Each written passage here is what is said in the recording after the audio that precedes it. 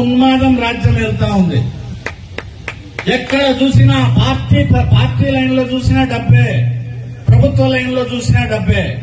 ప్రజా ప్రతినిధులుగా బాధ్యతాయుతంగా ఉండే చాలా మంది మేము 70% పైన ఇస్తున్నాము, 30% మేము తీసుకుంటున్నాము, మిగిలించుకుంటున్నాము అని 100 మందిలో 1000 మందిలో ప్రజలకు చెప్పే సందర్భాలు మనకు ఎంతో మంది కార్యకర్తలు ప్రజలు చెప్తానే ఉన్నారు.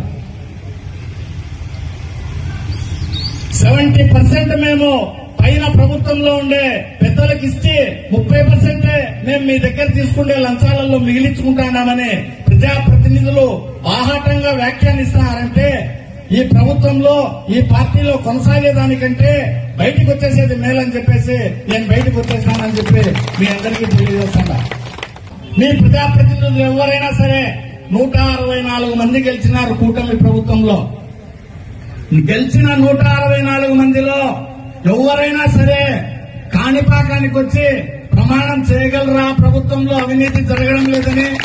నేను వస్తా, ఈ ప్రభుత్వంలో అవినీతి రాజ్యం వెళ్తుందని ప్రమాణం చేసేదానికి నేను వస్తా. 164 మంది గెలిచిన కూటమి ఎమ్మెల్యేలకు ఎవరైనా సరే కాణిపాకానికి వచ్చి ప్రమాణం చేసేట్టుగా అంటే చెప్పండి. ప్రతి గ్రామంలో ఎక్కడికి పోయినా అవినీతి రాజ్యం వెళ్తా ఉంది. ఏ ఆఫీసర్కు తెలుగుదేశం కార్యకర్తలు తీసుకుపోయి డబ్బులు లేకుండా పని చేయించే పరిస్థితి లేదు. దాన్ని పైనుంచి అధిష్టానం సరిదిద్దే మార్గమే లేదు.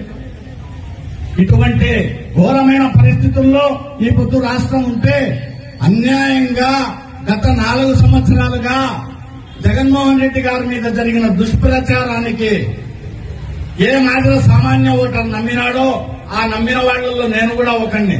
ఈ రోజు వాస్తవాలు తెలుసుకుని నేను బయటకు వచ్చేసినానని ఈ వాస్తవాలు ప్రజలందరికీ తెలియజేసి ప్రజలందరినీ మేలుకొలిపి 4 సంవత్సరాల తర్వాత ఒక మంచి ప్రభుత్వాన్ని ఏర్పాటు చేసుకుని మనమంతా ప్రజలకు మంచి పరిపాలన అందించడానికి కలిసికట్టుగా మనమంతా కృషి చేయాలని నేను మీలో ఒకటిగా మీతో పాటు ప్రతి గ్రామంలో ఈ కార్యక్రమాలు విరివిగా చేసేదానికి మీ అందరికీ తోడుగా ఉంటాను.